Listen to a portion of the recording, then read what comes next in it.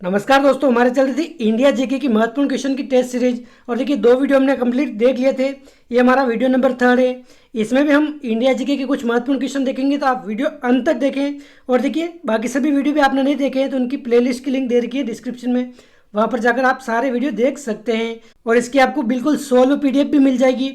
आप हमारे Telegram channel को ज्वाइन करके वहाँ से डाउनलोड कर सकते हैं। टेलीग्राम चैनल की भी लिंक डिस्क्रिप्शन में दे रखी है। तो अपना क्वेश्चन फर्स्ट है, भारत का राष्ट्रीय जलीय जीव कौन सा है? मछली, बत्तख, गंगा डॉल्फिन या फिर मगरमच्छ? तो देखिए क्या हो जाएगा इसका आंसर। भारत का राष्ट्रीय जलीय जीव ये है अपने गंगा डॉल्फिन। ऑप्शन थर्ड इसका हो जाएगा करेक्ट आंसर।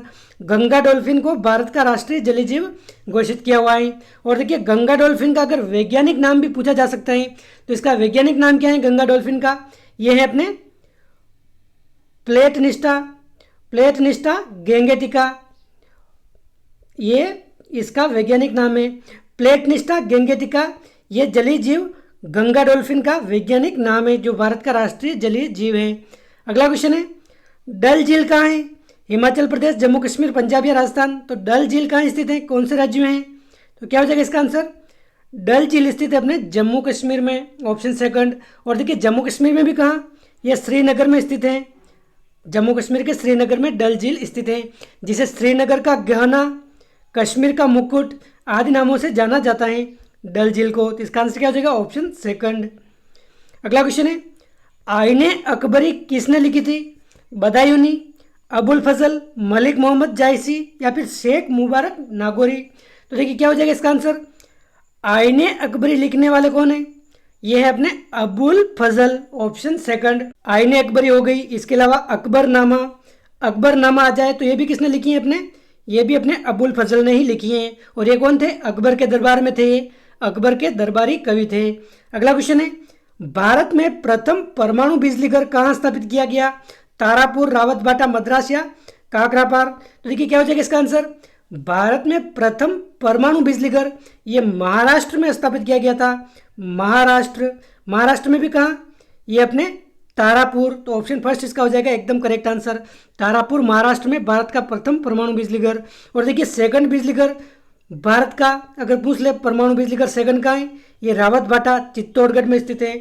भारत का तो दूसरा परमाणु बिजली घर है, और राजस्थान का प्रथम परमाणु बिजली घर रावतबाटा चित्तौड़गढ़ राजस्थान में है। और अपने तारापुर हो गया भारत का दूसरा परमाणु बिजली घर। अगला क्वेश्चन है, किस घटना के बाद महात्मा गांधी ने असहयोग आंदोलन स्थगित कर दिया था? जलियांवाला बाग हत्याकांड, चोरा चोरी कांड, मानगढ़ हत्याकांड या फिर दांडी यात्रा? तो देखिए क्या हो जाएगा इसका आंसर। कौन सी ऐसी घटना घटी जिसके बाद महात्मा गांधी जो असहयोग आंदोलन चला रहे थे उसको स्थगित कर दिया था? तो देखिए ये हुआ था अपने चोरा चोरी कांड के बाद, ऑप्शन सेकंड हो जाएगा इसका सही आंसर। इस कांड के बाद महात्मा गांधी ने असहयोग आंदोलन वापस स्थगित कर दिया था। और देखिए कांड क्या था, यूपी का जो गोरखपुर जिला है यहाँ पर एक स्थान है चोरा चोरी।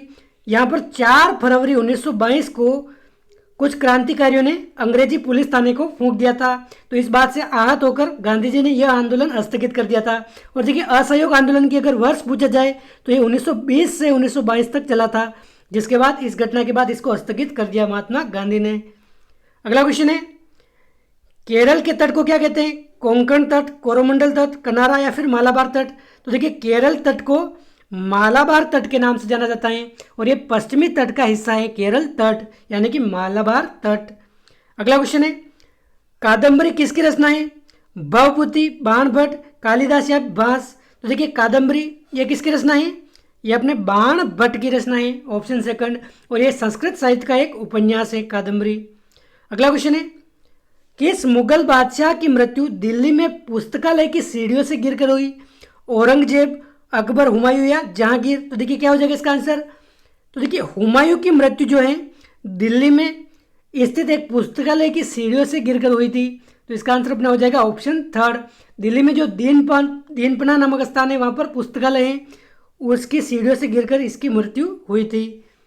अगला क्वेश्चन है, सिंधु घाटी सभ्यता का बंदरगाह कौन सा था? कालीबंगा, रोपड़, लोथल या मोहनजोदड़ो? तो देखिए सिंधु घाटी सभ्यता का सबसे बड़ा बंदरगाह या फिर प्रमुख व्यापारिक केंद्र पूछ लिया जाए तो ये कौन सा था आपने? ये था अपने लोथल, ऑप्शन थर्ड। लोथल कहाँ है? ये सभ्यता स्थल अपने गुजरात राज्य में स्थित है। तो ये भी अगर पूछ ले जाए कहाँ ये, गुजरात राज्य में लोथल, जो सिंधु घाटी सभ्यता का सबसे बड़ा बंदरगाह था। अगला क्वेश्चन है बुलंद दरवाजा कहाँ स्थित है? तो देखिए क्या हो जाएगा इसका आंसर, बुलंद दरवाजा ये स्थित है अपने फतेहपुर सीकरी में। ऑप्शन सेकंड इसका हो जाएगा सही आंसर। और इसका निर्माण किसने कराया था? बुलंद दरवाजे का निर्माण कराया था अपने अकबर ने इसका निर्माण करवाया था। तो ये आप ध्यान रखें, कहाँ ये, फतेहपुर सीकरी में। अगला क्वेश्चन है अकबर का संरक्षक कौन था? तो देखिए क्या हो जाएगा इसका आंसर, अकबर का संरक्षक कौन रहा? ये रहा था अपने बैरम खां। ऑप्शन सेकंड, बैरम खां अकबर का संरक्षक रहा, जिसको बाद में मुबारक खां नाम के व्यक्ति ने मार दिया था, मुबारक खां। और इसका एक पुत्र था अब्दुल रहीम, इसको अकबर ने बाद में खाने खाना की उपाधि दी थी, खाने खाना। यह उपाधि अकबर ने अब्दुल रहीम को दी थी। ये किसका पुत्र था? बैरम खां का पुत्र था। अगला क्वेश्चन है आधुनिक भारत की मुद्रा का नाम रुपया किस मुगल शासक के द्वारा चलाई गई मुद्रा के नाम पर पड़ा है? बाबर, शेरशाह सूरी, अकबर या हुमायूं?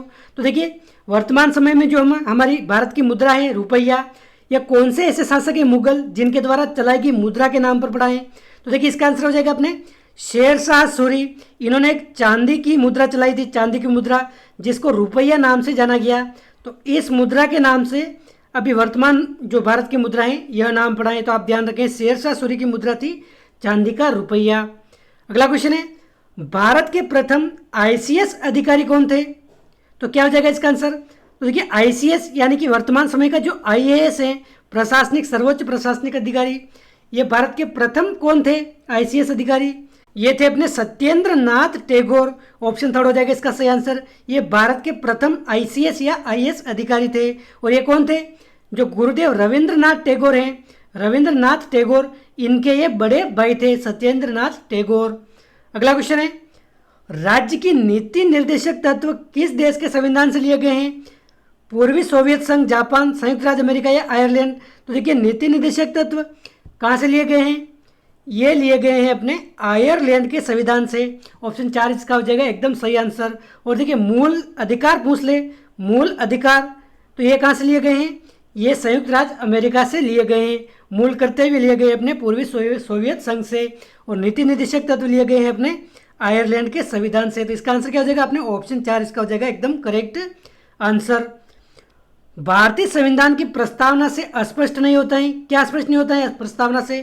शासन के उद्देश्य का विवरण।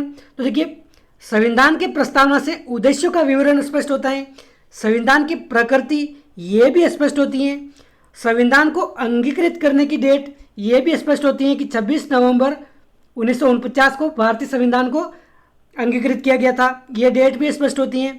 लेकिन भारतीय संविधान को लागू करने की तिथि भारतीय संविधान की प्रस्तावना में स्पष्ट नहीं होती हैं।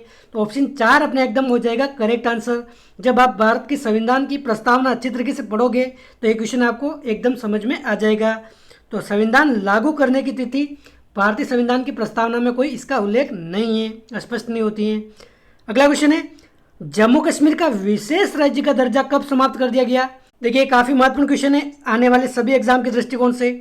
जम्मू कश्मीर को पहले धारा 370 और 35 है, इसके तहत विशेष राज्य का दर्जा प्राप्त था। लेकिन 5 अगस्त 2019 को यह विशेष राज्य का दर्जा समाप्त करके जम्मू कश्मीर को 2 केंद्र शासित प्रदेशों में बांट दिया है, लद्दाख और जम्मू कश्मीर में। तो देखिए 5 अगस्त 2019 इसका हो जाएगा सही आंसर, 5 अगस्त 2019 को। तो ये आपको ध्यान में रखना है, ऑप्शन 3।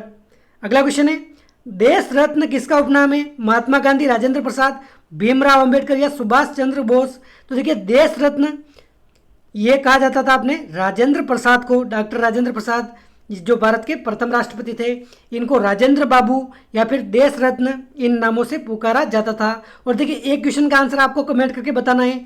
देश रत्न तो हो गया अपने राजेंद्र प्रसाद, देश बंधु ये किसकी उपाधि है? ये आपको कमेंट करके अभी सभी को बताना है। देश बंधु किसकी उपाधि है? देश रत्न तो अपने राजेंद्र प्रसाद को कहा जाता है।